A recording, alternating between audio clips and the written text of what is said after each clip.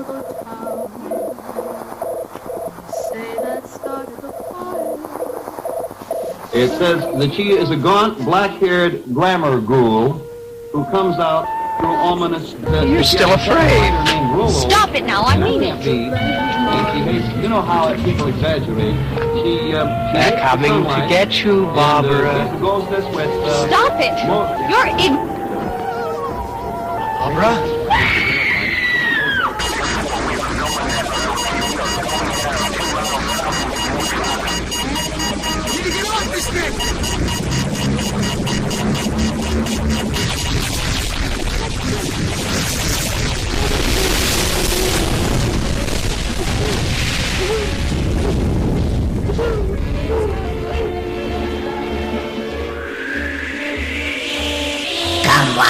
Come on, it's time for the Ghost of Hollywood. Welcome to the Ghost of Hollywood. I'm Poxy Leonard here with Miss Ragan, and tonight we've got a ton of good stuff lined up for the party. We sure do. And as a part of our infamous segment, the Capsule Review, Poxy and I decided it was time to discuss the dystopian punk thriller, Class of 1999. You know, I'll admit, Ragan, everyone has a major love for the Class of 1984, but I actually prefer Class of 1999. Lots of explosions, gun battles, Pam Grier with the flamethrower, shit. Pam Grier with the flamethrower is probably the only reason this movie's so important to me.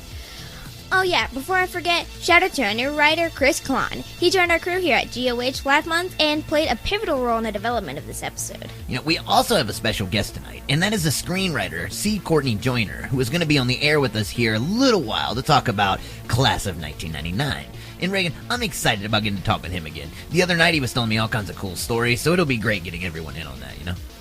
He is pretty involved in the film, right? Yeah, he actually was. That's what I was picking up on when I was reading some of the show notes earlier.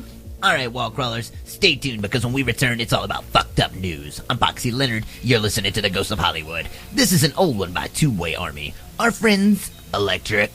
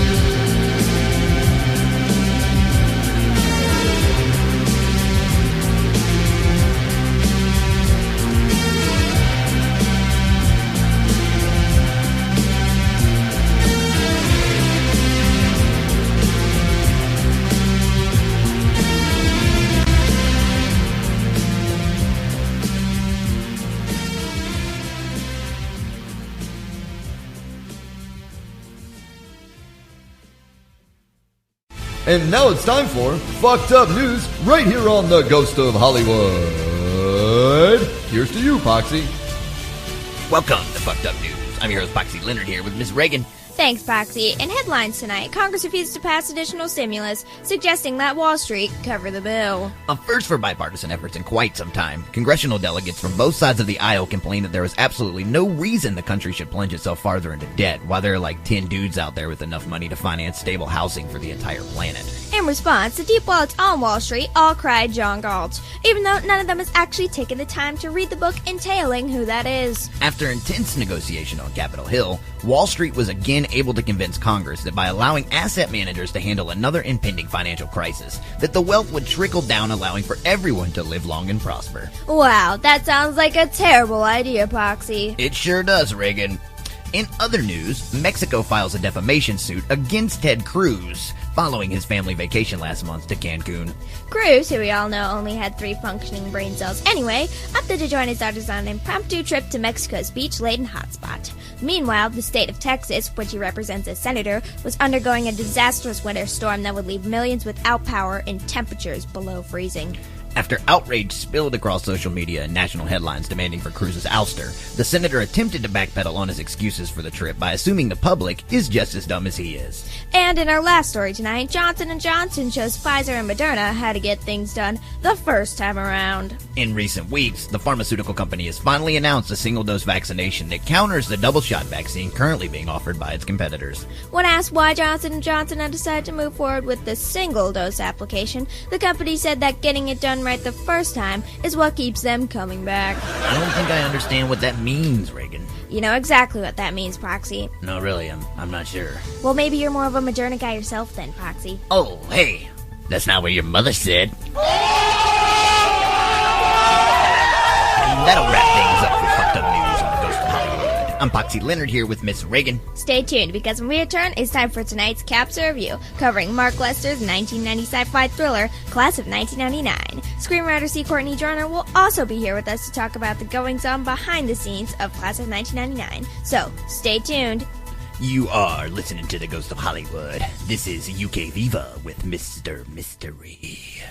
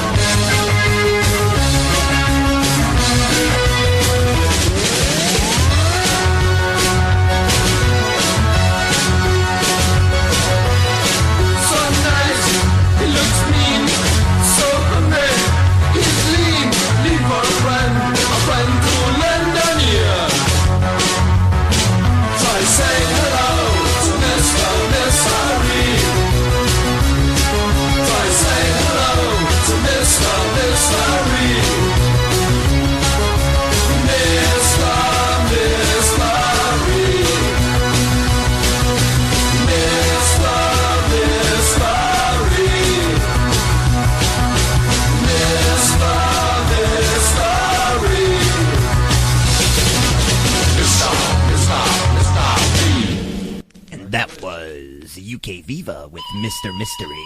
You're listening to the Ghost of Hollywood. This is Eraserhead with Martian Girl.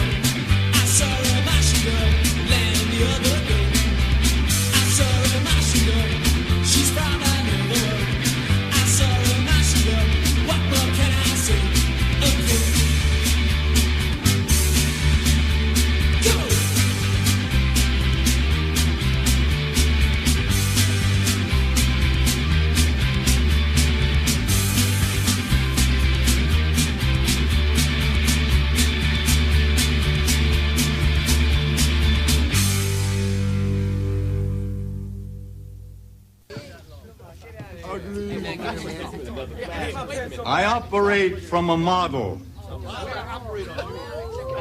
of absolute zero tolerance.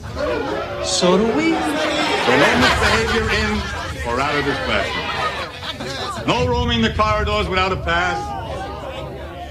No disrespect or disobedience. Shut up. And last, there'll be no excuses. Alright, wall crawlers, welcome back to the Ghost of Hollywood. I'm Poxy Leonard here with Miss Ragan, and that was an oldie from Eraserhead with Martian Girl. So it's time for the Capsule Review, and tonight is all about Mark Lesser's sci-fi thriller, Class of 1999, starring Bradley Gregg, Pam Grier, Tracy Lind, John P. Ryan, and a ton of other significant actors that I won't name here because it's starting to feel as if I'm reading a page from Genesis. Well, it's a hell of a cast for sure. So, technically Class of 99 is a sequel to Lesser's previous effort, The Class of 84, which was released 8 years prior in 1982. And, you know, as if none of that's confusing at all. However, there's absolutely nothing in the film carrying any continuity aside from similarities in title and theme.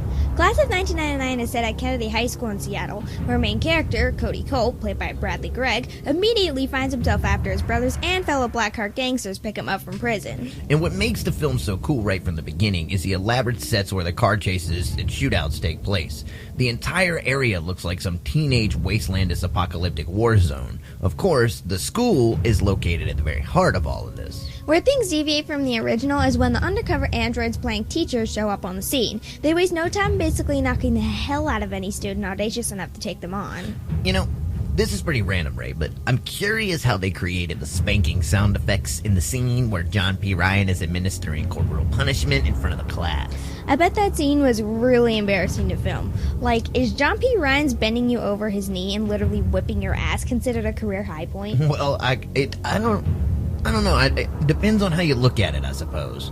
But my question is, why is Pam Grier so fucking scary in this movie? The scene where she plants her heel on the dude's foot is brutal. Yeah, what's that guy's name anyway? He gets Wile E. Coyote literally the entire film, like all the way down to the last second. You almost feel bad for him. I enjoyed it. You're a true sadist for sure. You know, Pam Grier was diagnosed with stage 4 cervical cancer in '88, and at the time, she wasn't expected to survive. She still managed to appear in, 4 films between 87 and 90, during which she was able to recover after the cancer went into remission. On another note, how did the film get hung up in restaurant bankruptcy? Well, We'll have to ask Courtney because I'm not entirely sure. They'd done well with Dirty Dancing, but things went south somewhere shortly after that. Still though, Class of 99 had a pretty nicely sized budget at the time too. And when Torrance picked it up for distribution, they did what they could for a theatrical release, but things still came up short at the box office. I read it made it into something like 320 theaters in May of 1990 after a delayed release, and was a record gross for Taurus. But it definitely wasn't encouraging enough for the company to take on a task of a theatrical release again. Yeah, and, home video is really where everyone saw it, though. I mean, critics mostly hated it, which I'm sure was anticipated to some degree given the content, but that didn't stop anyone from renting a copy. How about part 2? Well, that'll stop you from renting a copy for sure. Of course, with Mark Irwin on deck, Class of 99 definitely had the right person behind the camera. His work in The Fly and Videodrome are on point. Oh yeah, don't forget Scanners too. I mean, if we'd have gotten the chance to talk with him tonight, I'd have to have asked him about that crazy, head exploding scene. That scene basically makes Scanners anyway. Yeah, part of me feels like you may be onto something there.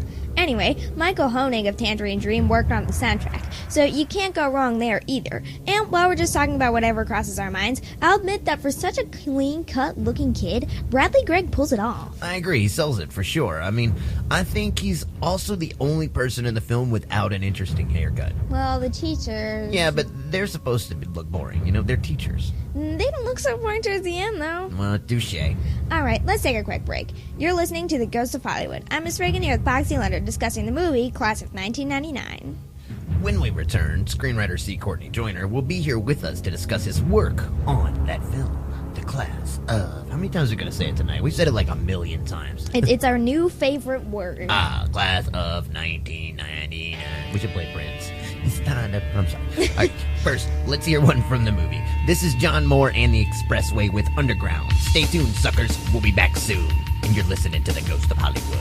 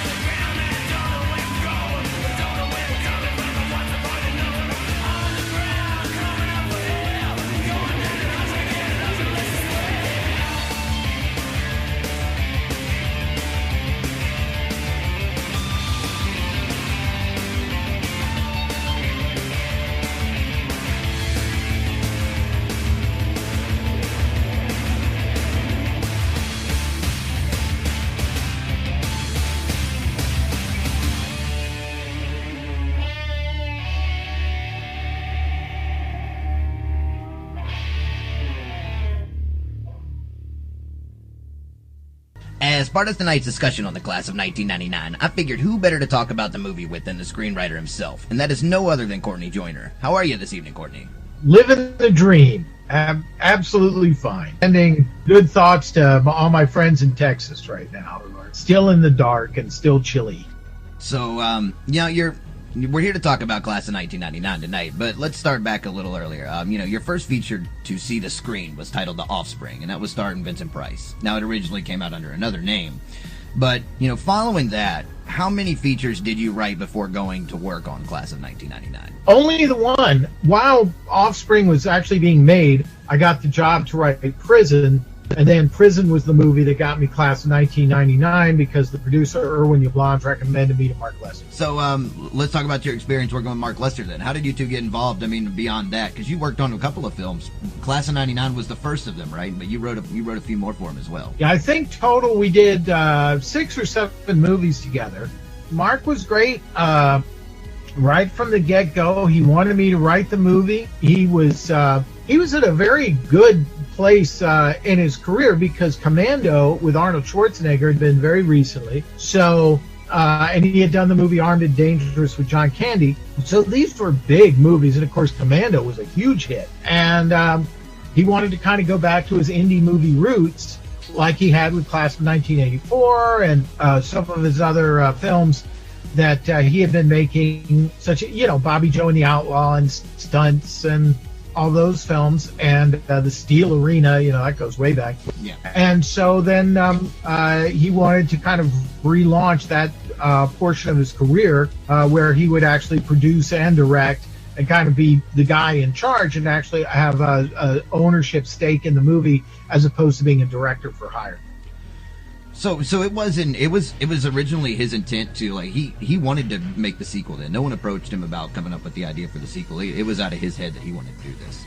Well, that's hard to say, only because, at that time, video had just exploded, so everybody was just walking around with buckets catching gold from the sky. And there was so much video money being thrown around, particularly by foreign distributors. So if you went to a big convention like the American Film Market or something like that, where all these deals are made, and you sit around with guys from Germany and from Japan and Spain and all over the world, and they keep asking you, hey, why don't you do another Class of 1984? Well, eventually you're going to want to do another Class of 1984, and those guys are the ones who will pay for it. When did you get involved with it? How did that start? When were you tasked to write the screenplay? And had you known Mark much before that? Never met him before in my life. Mark had seen Prison, and he and Irwin were old friends. And he mentioned Irwin. He said, look, I'm going to do a sequel to Class of 1984. He didn't tell him about the robots or any of that stuff. And so Irwin said, oh, well, you ought to hire Courtney. It was very kind of it. Said, I think he would do a good job for you. And everybody was excited about Prison, and it was going to come out theatrically and all of that stuff. And Rennie Harlan was getting a lot of heat already. So I was kind of carried along, and I went over and I met Mark at his office at General Service Studios, and he was then partnered with Stanley Mann, and Stanley had written a treatment, but Stanley also, he and Mark had done Firestarter together, and Stanley had written that screenplay.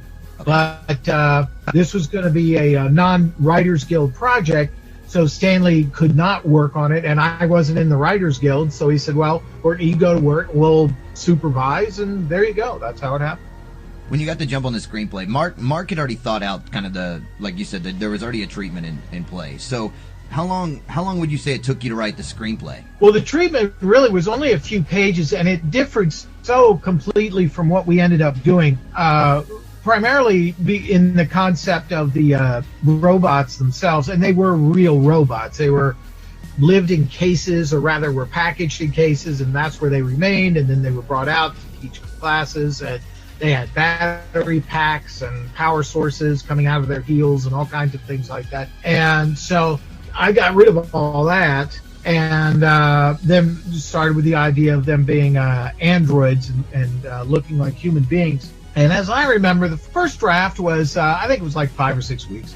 You were working on Vietnam, Texas at the time as well, right? You told me when we talked previously that you had another project that was coinciding with that. Vietnam, Texas, Class of 1999 took a long time for it to actually happen. So I got the job for Vietnam, Texas, while Class of 1999, the financing and things were being finalized.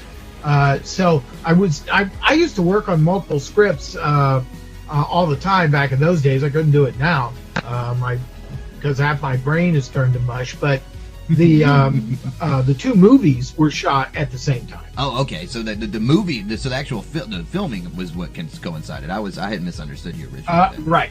So, how involved in the production process were you? Well, let's see. The movie was shot, as I remember, I think that was 6 weeks, also 6 or 7 weeks.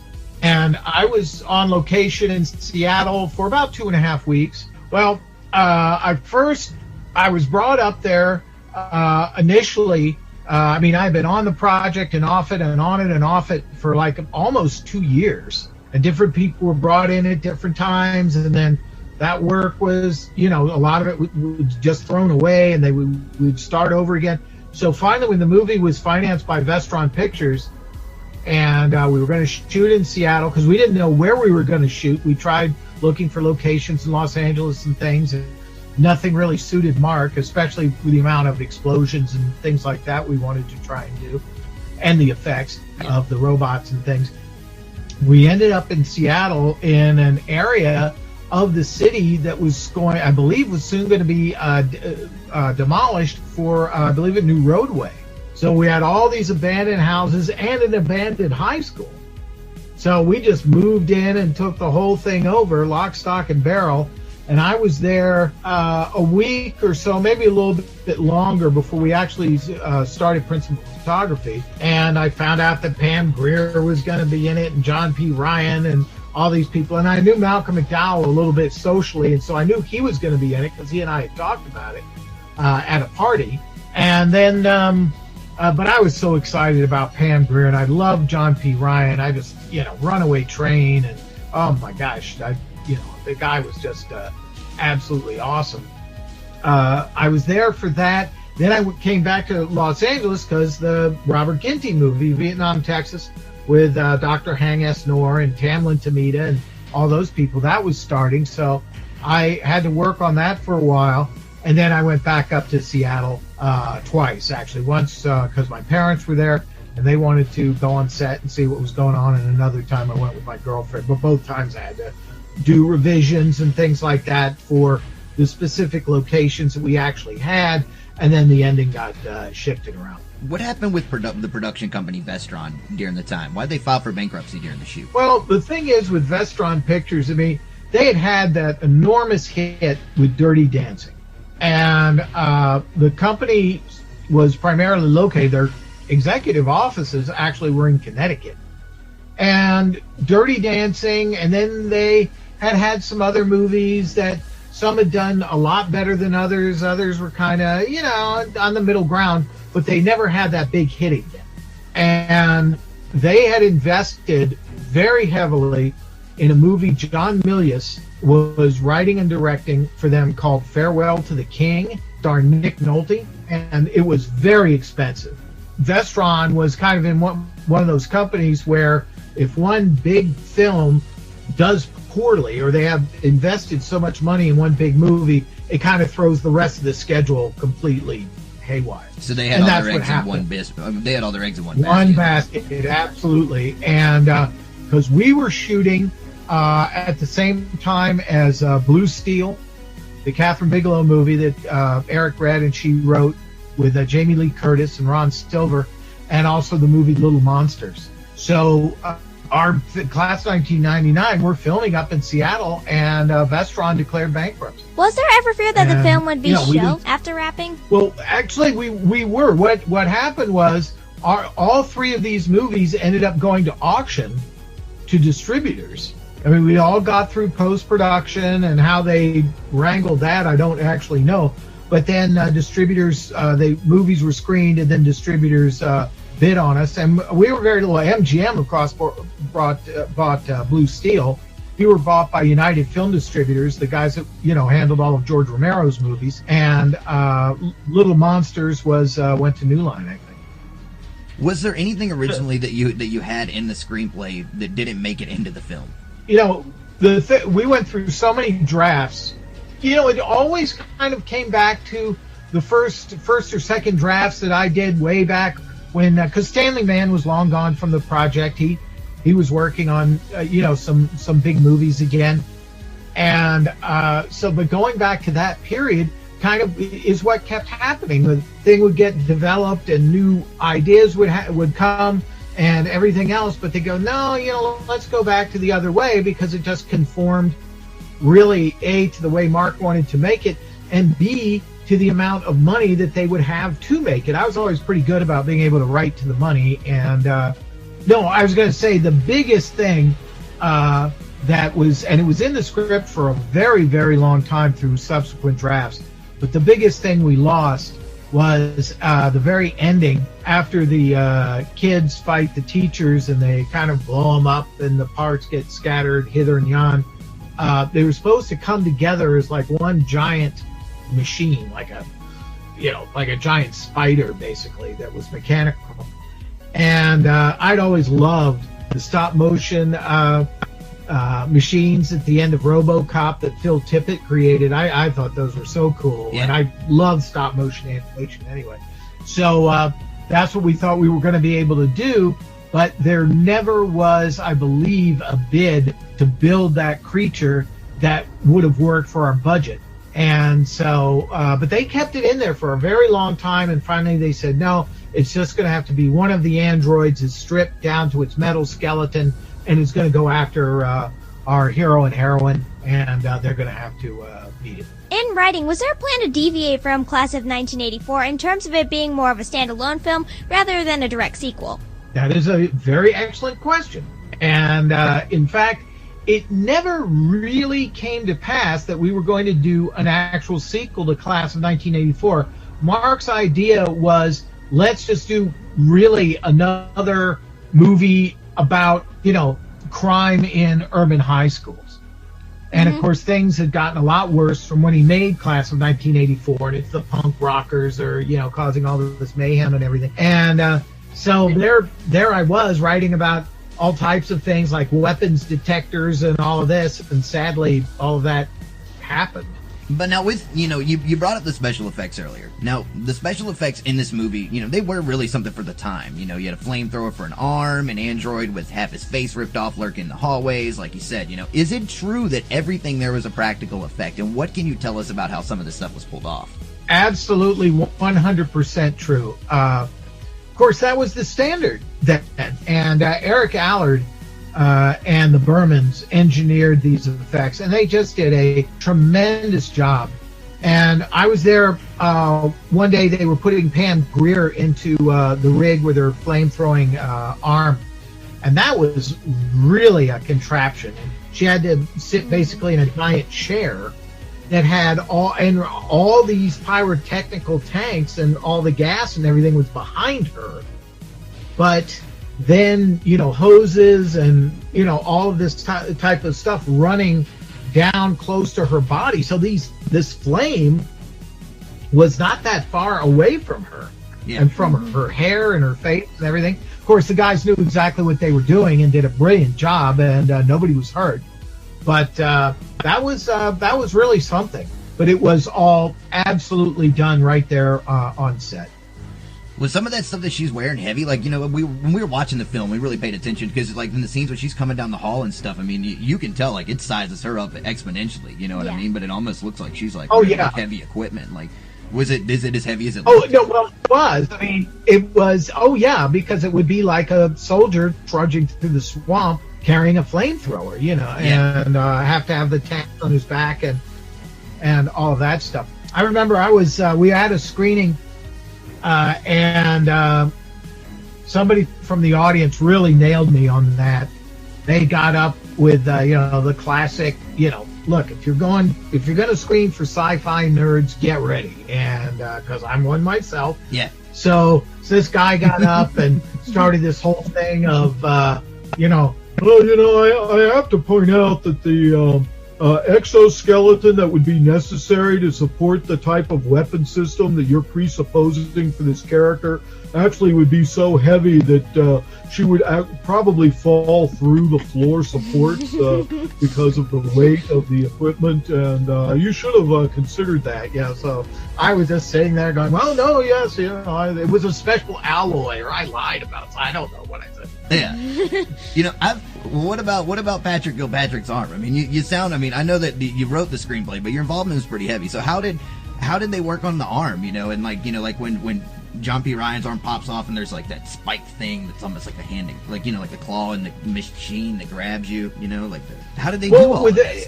It was all a very similar rig. I've always had this weird thing about limbs that are removed and replaced with some sort of weapon or whatever. I even wrote a Western series where that happens, Shotgun.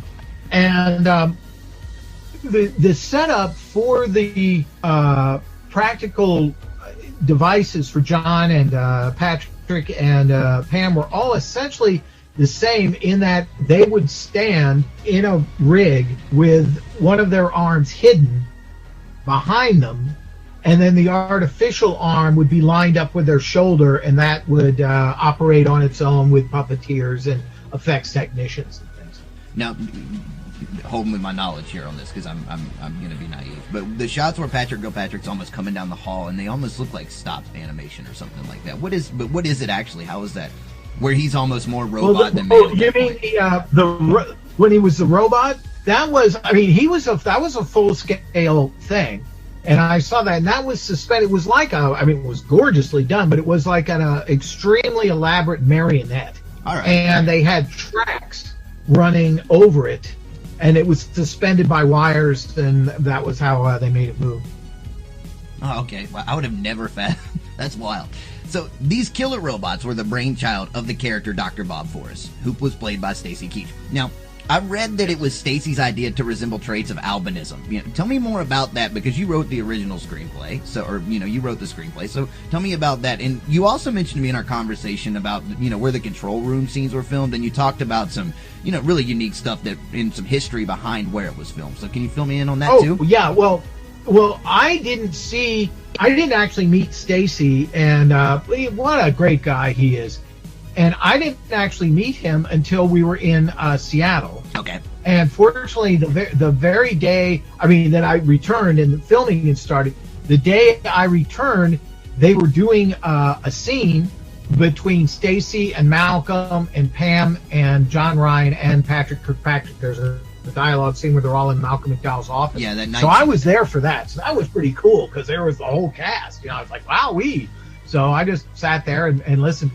And I thought Stacy's look was wonderful, primarily because what sold it, he had the wig, and but it was the sclera lenses, the contact lenses, I thought were tremendous. And it was so bizarre. And I just thought that was just such a superb touch. And he's such a creative guy and a creative actor. And but my biggest regret, though, was I never really got the chance to talk to Stacy about his dad and all the Universal horror movies his father worked on. Yeah, well, because his father was a dialogue. His father was a dialogue director at Universal in the 40s. Oh, tell me a little bit about that then. Let's nerd out for a minute. I want to know about this. You got me curious. Yeah, Stacy Keach's dad was a dialogue director on a couple of the Basil Rathbone Sherlock Holmes movies and a few of the Lon Chaney Jr. Inner Sanctums. Nice. And I think he also might have worked on the House of Dracula. So, and I was like, because his father was a huge radio actor, and they hired him to be the dialogue director on those pictures, and I never really got the chance to talk to him about it. When we did the things with the scientific crew, and they're in the bunker, and they have all the computers and all of that stuff. And those scenes were actually shot out here at the old Triangle Studios in Silver Lake, where Charlie Chaplin used to work. So that was really something. How'd that end up out there? I think literally it was just the rental price was correct, and I think the studio primarily was being used for very quick shoots for things like commercials. And it was just this tiny little place, but we were like, oh my God, here's, Max Sennett's old office and everything. I was just going crazy. I just thought that was so cool. I gotta ask you about the costumes. Whose idea was that? Where'd that stuff come from? Was that you? Yes and no. I mean, Mark had already been touching on that with Class of 1984. Yeah. And I think that was really just kind of a collaboration. I made some references to it, but as far as the actual wardrobe specifics and things, that aesthetic really came from Mark and the wardrobe designer, and I thought they did a really nice job, because the main thing was just visually, you see a scene with, say, John P. Ryan and Darren Burroughs, who I thought was great. They, aside from their age, they absolutely can have no visual connection to each other at all. They are completely on opposite ends, not only because one's an android and one's a human being, but their purpose for in the scenes and everything. So everything was like a yin and yang contrast, and that was also part of the function of the clothes, which I think they did a great job with. Mark and I kind of developed a bit of a shorthand as to how he liked to do action sequences and the way I like to write them, and we just fell in sync with one another, and that worked out very, very well. But here's the thing. I think the color palette was really just a very cool offshoot out of the fact that we shot it in Washington State. And also because of, the drizzle, the gray, the fact that the sky kind of blends, right into the foreground and all of that stuff, because there was so much, everything was overcast. One of the great Canadian directors of photography, responsible for that. So if anyone was going to be able to shoot in that light, it was Mark Gerwin. We already talked about it a little bit, but as a huge fan of cinema, what was it like getting to meet Pam Grier and John P. Ryan? And even you talked about you already knew Malcolm McDowell some, and I know that you said Malcolm McDowell wasn't on set for the shoot a lot, but what was it like meeting them? Oh no, I mean everybody was great, and of course here's a connection.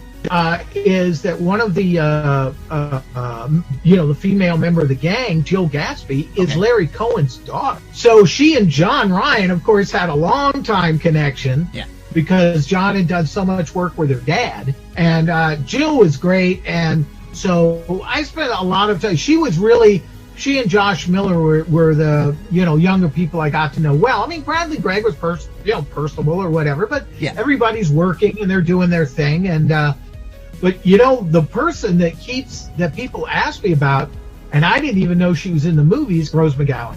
But when we spoke previously, you mentioned getting to know actor Joshua Miller, who played Angel, and what was he like? Oh, Josh was great, and as I said, he talked a little bit to me about the realities of being the size he was, and that it was frustrating for him because he was so much older than people, mistook him for. And I always thought he was so talented and so interesting looking. And I don't mean that in the pejorative sense. I mean, he could have been 6 feet tall.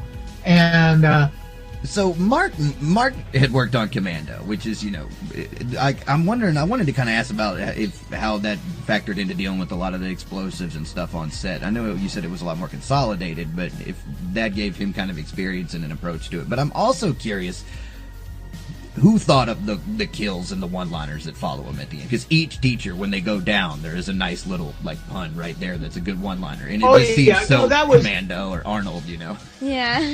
No, that was me. I mean, all right. It was, but that was sitting with Mark, and again, the script went through all these drafts, but it was weird that sometimes certain things were retained, other things I didn't remember. There was a wonderful screenwriter who wrote Sid and Nancy. She came in and did a dialogue polish on some of the stuff with the kids and wrote the scene. I mean, I had a version of it, but she improved it just tremendously, where the mother is going crazy, trying to get a hold of her own drugs and stuff. Yeah. Fights her kids for him, fights her kids for the stash. And that actress, by the way, was Mark's girlfriend. And she was on a big soap. It was, I think, maybe Another World or General Hospital. I can't remember. Really, really nice. And completely de-glammed, obviously. And she's the junkie mother. And she was... But those scenes that this writer... And just a really nice... I've met her a few times. And she actually also sometimes would work crew. Just, you know, she was just an all-around filmmaking person. But she wrote that brilliant script of Sid and Nancy and came in and did some work on the script that was retained. Other people, again, it would go through drafts and they would go, and then, you know, toss or whatever. But we ended up, but I was the one with, the big line everybody used to tease me about was a George Jetson nightmare because they thought that, and the first of all, they were worried nobody would know who George Jetson was. Then they got worried that they would get sued by Hanna-Barbera. Oh, really? And, but we snuck it on through. Now, where did the gang names like Razorheads and Blackhearts come from? That was me. I can't remember. I'd have to look at the original treatment, but I don't remember that those were the gang names originally. But once those were established, like way back in like the very first drafts, they just stayed. The thing was, it was so strange about the movie, and you know, we were talking about the music and Nine Inch Nails and all of that stuff, but of course we were shooting in Seattle, which was such an epicenter for music at the time the movie was being made. And so that was all, you know, kind of also part of it. And it's amazing to me now, after something, of course, you know, no one could predict what happened with Nine Inch Nails and all the rest of it. Yeah. But the movie, just for bits or pieces or camp value or whatever, has had this weird little resonance and staying power. It's just like The Offspring became a band. Yeah, that's true. But did that mess up the title? Because that whole thing was just y'all dealt with chaos with that, you know, name across the board. From a Whisper to a Scream was the original title. Then the movie store changed it into The Offspring, and then the band named themselves The Offspring. They even used the title font from our poster. So, you know, suddenly, and then when the movie was being reintroduced through Blu-ray and everything else, they decided to go back to From a Whisper to a Scream, and I think that was strictly a original copyright issue. I mean, I may be wrong, but I think that was originally what it was. Did there end up being any copyright issues with Offspring, the band? I think that they may have even trademarked the title font, and of course the movie store didn't exist anymore and whatever, and so it was kind of a situation where I believe if we had in fact released the movie as The Offspring, we may have ended up having to pay them money. That's kind of interesting. It got twisted around that way. And you know, the story that you actually wrote in that film was The Offspring, right? That was, you were responsible for that one. You wrote the other one too. Yeah, I did that. Well, I did all the Vincent Price stuff and the Carnival and the thing with Clu Gulager and the baby. Yeah. Did you attend the premiere? Of Class of '99. Yeah, that one. I know we've deviated. Sorry. Yeah. there really you know, that's the thing. There really wasn't one. We had a screening, and it was just an invited screening, and that was neat. We all went and saw the movie, and were very pleased. But then, no, it was just a matter of waiting for it to pop up. And of course, with Vestron having all these money problems, we didn't know, you know, what was going to happen with it. And then suddenly somebody called me up and said, hey, you know, you've got a billboard on Sunset Boulevard. And so I went running down there, and they took my picture in front of it. And so that was neat. And then when it opened, it ended up being in a lot of theaters. And I saw it here in Hollywood at the Pacific Theater. And what was weird is, you know, Prison ended up getting kind of a second life release after M folded, and it was kind of a strange situation. So I go over to the Pacific Theater, and I'd written both movies that were playing. Have you ever had to do any like Q&As or anything for Class of '99, or any interviews on behalf of the film or anything? Yeah, I mean, you know, whenever, you know, I'm fortunate enough to be asked to be on a show or something, or it always tends to come up, of course. Mm-hmm. But for one of the larger movies I was ever involved with, not so much anymore, because there's so much interest now in Full Moon and that kind of phase of things, and Puppet Master movies and all of that stuff. The class of 1999 kind of got drifted away. I will tell you now, here's a little true Hollywood story for you. All right. And again, I may have been completely talking to my hat about the Offspring issue. But, what the heck? If anybody's listening, call my lawyer. I actually had a meeting with an executive at a company. I would say I won't tell you her name. I can't because I don't remember what it was. Yeah. But I really needed a job. And I was sitting there, and she's going over my resume and stuff, and it was one of those Friday afternoon meetings that you knew they were taking because they were just wanting to wait out the traffic, and they really didn't care, and So I'm sitting there, and she's sitting there, and we're talking about the project and whatever, and she's like shaking her head and going, "No, man, I'm sorry, you just don't have the qualifications for this job." The job was the sequel to Class of 1999. I was interested. I was gonna actually ask about that because I've never even seen the sequel to it. Like, have you watched? Yeah, The Substitute. Yeah, is it? But yeah, they decided I wasn't the right guy to watch it, so I just went to a bar and burned a hole through my American Express card. Yeah, I can see that being kind of frustrating, not being allowed to write the sequel to the film that you wrote the original screenplay for. Yeah. But that's so classic, that's just the way things go. Yeah. Now, with the film wasn't what ended up happening with the distribution in theaters? Was there some eventual success? Did it kind of get residuals gradually, or? Well, the thing was, it played in a lot of theaters, but Mark was saying, now we're not quite getting the box office. I think one of the problems was, at least in places like, New York and Los Angeles, of course, they would, open it coast, going from coast to coast to coast. Yeah. And we got some wonderful reviews here from Variety and stuff. That was a blast. But I don't remember that there was a lot of television advertising. And I don't know the United Film Distributors. I honestly, I truly don't recall. I can tell you this, and this was back in the days when Empire was really pumping it out, and Prison was after Reanimators, so Charlie had some extra money and stuff. Yeah.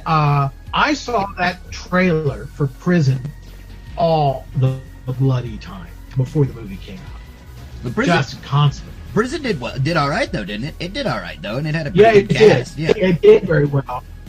And you see, also the problem is too with something like Class of 1999, because it was, significantly more expensive. It was in kind of that danger zone where it really did have to make like 3 or 4 times what they spent on it for it to turn a profit. It leapt into that area.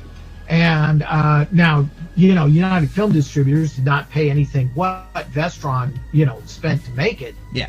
But then when it hit video and all the home markets, it just did great. I know we did really well in Japan. At the time, VHS rental was a huge contributing factor in sales. How did Class of 99 perform when it hit stores? Oh, I guess the pre-sales on it, because, in those days, they would go ahead and they would buy those big clamshell boxes or whatever it was. And, the tapes themselves were usually, about $40, if not more. And so, we did, I'd walk into, didn't matter, Blockbuster or whatever, and I'd see, 3 and 4 copies in every single store. So they shipped a lot of VHS on that thing. I still get residuals from it, It's not great, but it's usually, $400 or $500 a year. That's not bad. Pay a couple bills with it for, fun money. Why not? Yeah, sure. Oh, yeah, go to dinner, Now that, the next film that you wrote would be Puppet Master 3, right? It went Prison, Class of 1999, Vietnam, Texas, somewhat fitting in there. Yeah, Puppet Master 3, and then right after that, I did the CBS movie Distant Cousins. Yeah, I mean, you worked with Full Moon a lot, and you and Charles Band kind of go back, though. Yeah, I did. Class of '99 didn't have a lot to do with your future work in Puppet Master, then, did it? No. Other than, at least out here because of the advertising and like the LA Times and, the movie poster was slapped on bus stops and everything else. I mean, everybody was very aware that I had written this movie that even if folks weren't going to the theater seemed to be, around. And they knew of it. Well, in recent years, you've worked on various novels and an arsenal of audio commentaries. Can you tell me more about what you're working on currently? Well, in fact, I'm recording a commentary back in the Westerns on Saturday for the Jimmy Stewart movie, The Rare Breed. Nice. Universal Western he did in the 60s. And I'm also with Daniel Griffith, who I work with an awful lot. We're producing a set of Randolph Scott movies for Mill Creek Entertainment, and then we start on a big thing on Columbia Pictures horror movies going back to the 30s. So we'll be doing about a dozen of those, and we just did the big Hammer film set that came out at Christmas time and everything. So that's a lot of fun. And I sold a concept for TV pilot. That I co-wrote with Alvaro Rodriguez, who wrote Machete, and he was my writing partner on that. And we're excited about that. We're going to see. Hopefully that'll go the distance. And my novel Nemo Rising, the sequel to 20,000 Leagues Under the Sea that I wrote, was optioned for a TV series by Brad Kavoy's company, MPCA. And and I wrote a pilot for that, and that's being all agency packaged and all that type of stuff. So hopefully we'll keep our fingers crossed, but trying to stay out of jail. That's good. We do that. Now you talking about Nemo Rising. Is that your newest book? That is the most recent novel I've had published, and that came out 2 years ago. So what was how did you end up getting into that? Where'd the idea come to write a sequel to 20,000 Leagues Under the Sea? It's a pretty big undertaking. Well, that thing goes back almost about 16, 17, 18 years. I wrote a spec pilot for a television show, and I was working with a director named Bradford May. We did a movie called The Devil's Prey. Okay. And Brad, with Patrick Bergen, who was great, and Brad was a big television director, and at the time he was one of the primary directors on Smallville, and he had done a lot of pilots, and so he read it and he said, let's try and get this thing made. And I sold it, but it was never made. At one point it went to the producers of Baywatch, and they were involved, and all of these things. And, the clock just keeps ticking and ticking and ticking and ticking. Finally, somebody I knew in college, Amy Krell, we met at a Christmas party. She asked me what I was doing, and I mentioned this, and she said, oh, let me read it, because Amy was producing a lot of movies at that time, and she read it, and she said, oh, let me try and, get it done. And boy, she has just been, spectacularly determined over the past decade. But what happened was, I was at a writing conference, and I met an editor from Tor Books, and a good friend of mine, Miles Swarthout, who wrote The Shootist with John Wayne. All right. I kept telling him about Nemo, about Captain Nemo, and he goes, this editor, and he goes, look, Courtney, tell this guy about Captain Nemo. So I did, and he goes, well, how close is this thing to getting made? I said, pretty close. He said, well, let me read the script. So the editor reads the script. They offered me the chance to write the novel, thinking it would be connected to a TV show that was going to be made. And Amy and I went to London, and Haley Atwell had signed for the female lead, and Hugh Bonneville from Downton Abbey had signed on to play Captain Nemo. Nice. And I go to London, and we had, a lot of people involved in Downton Abbey were involved with it. And we have a cast reading, and it was really neat. And of course, you're London, and I'm thinking, well, here we are, we're going, and I went Christmas shopping at Harrods and everything. I was just having a ball. Yeah, nice. The money did not come through, and they had announced it in Variety and the Hollywood Reporter and all this stuff. Oh man! And it didn't happen. So I had to call Tor Books and tell them this, and say, look, guys, it's up to you. I can't in good conscience write a novel that you think is going to be promoted by a television show that's not going to exist. Yeah. And so I really, I did. I came clean, and they said, we will call you back. And I thought, okay, well, I'll hear from them in a couple of weeks telling me thanks, but no thanks. They literally called me back in about 2 hours. They had met with the head of the company, told him what happened, and he said, no, let's do it anyway. Let's roll the dice. And they did. Well, it sounds like you have been, we could go on for a while for sure, and because you've done so much work. So I do apologize that it has to be so narrow on the show. No, we're gonna have you back. Yakety yak. All right. Well, it's been nice talking with you, Courtney. We will let you go. But thanks for coming on to Ghost of Hollywood, and you've most definitely got to come back sometime for sure. Yes. Oh, well, thank you, Zach, so much. Now, this was a ball. There you have it, boys and girls. See Courtney Joyner, the screenwriter of Mark Lester's sci-fi thriller, Class of 1999. When we return, it's all about the cinematic dumpster fire, and tonight's topic will be Maximum Overdrive. More on that when we return. This is the song Come the Day by Midge Ure, and you're listening to The Ghost of Hollywood. From 1,000 miles away, if I stopped right where I stand and believed the lines on my hand, I would open up my fist and take the things I've missed. Come the day, I will be there when the hammer starts to fall. Come the day, I will be there with my reasons for it all. Struck by sound across my face, loud enough that I can taste. Knock the choices from my head, heal the voice in which I said, come the day.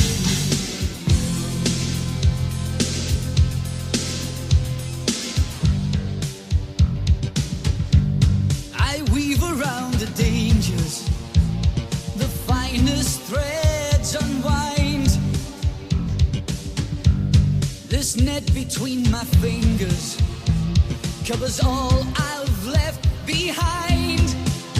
If I stopped right where I stand and believed the lines on my hand, I would open up my heart and take the hardest part. Come the day, I will be there when the hammer starts to fall. Come the day, I will be there with my reasons for it all. Struck by sound across my face, loud enough that I can taste. Knock the choices from my head, heal the voice in which I said, come the day.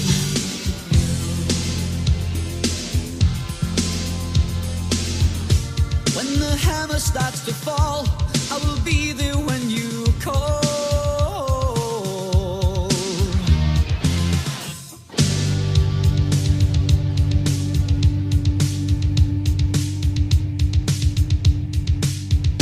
Come the day, I will be there when the hammer starts to fall.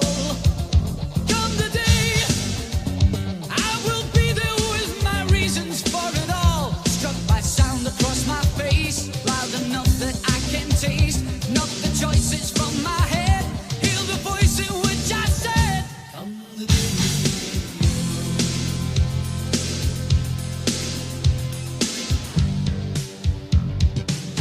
I feel the shadows on me now, with so much more to say.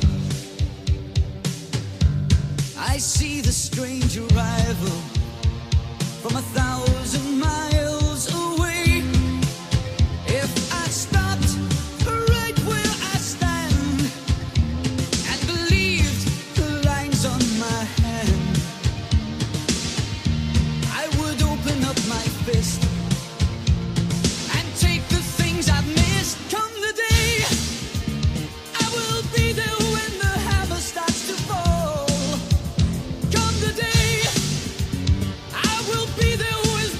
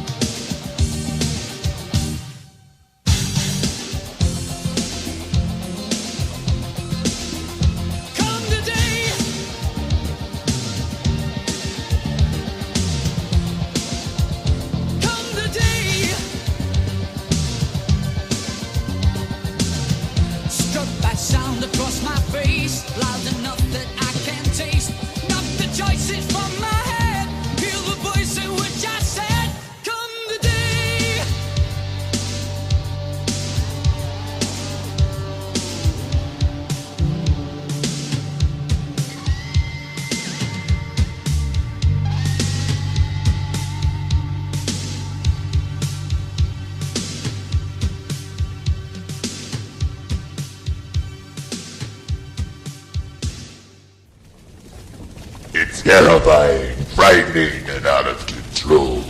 When making movies goes wrong, there's one place for them. Welcome to the Cinematic Dumpster Fire.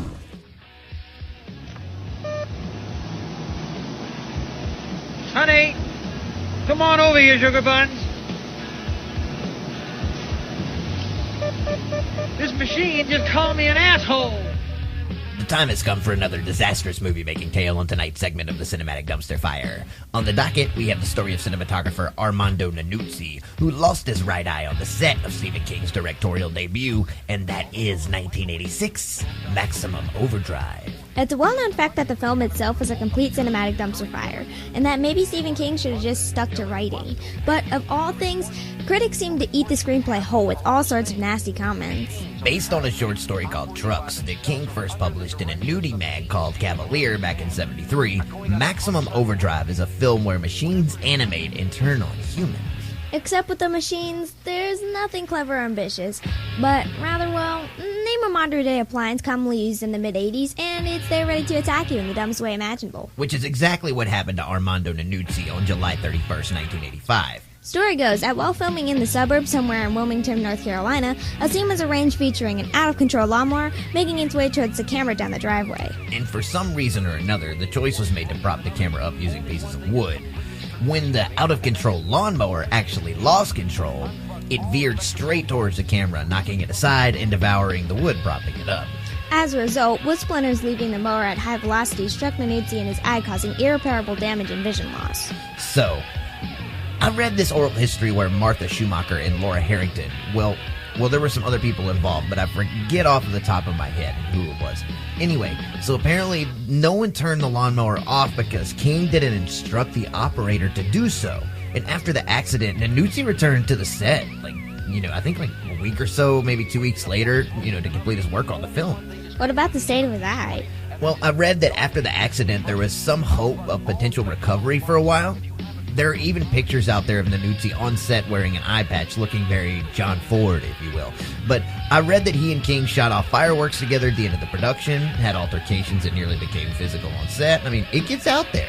Well, with King coked out of his mind and floundering at the director's wheel, I'm surprised the movie turned out to be such a fun one to watch. Yeah, it is pretty amusing, I won't lie.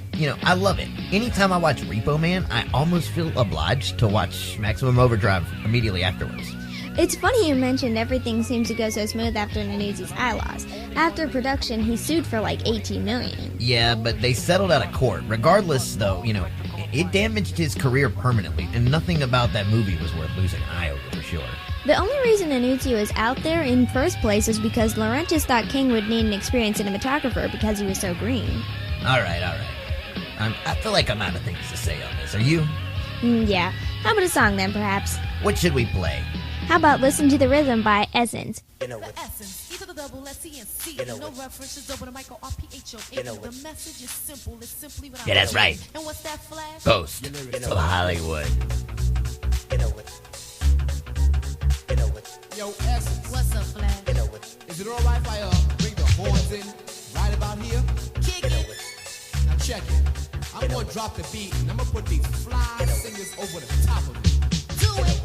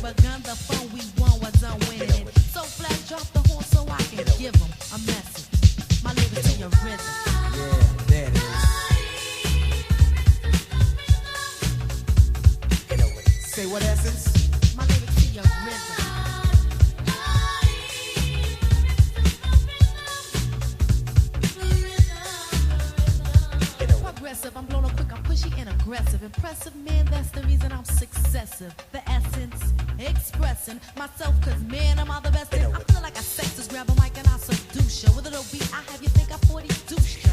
Producer, yes. Get looser, cause I'm about to introduce ya. Godfather of hip hop, played out, he is not. Tables, the mayor, I see none. Not on stop. Composer, the greatest, his sound, the latest. The top, he made it, the essence created. By the God, the father, the master. Flip to the flex, making your flip is what he's after. The legend is living, that's why you love it. My lyrics do is written.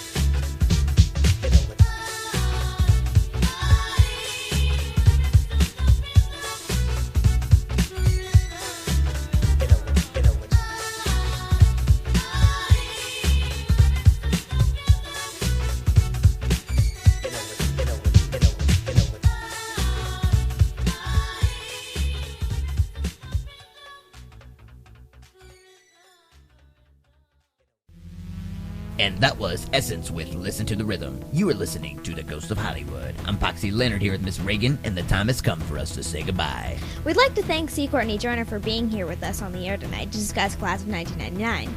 For more information on The Ghost of Hollywood, please visit our website at theghostofhollywoodpodcast.com.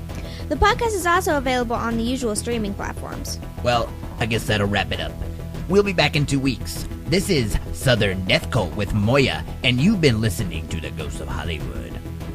Until next time, everybody, good morning and good night.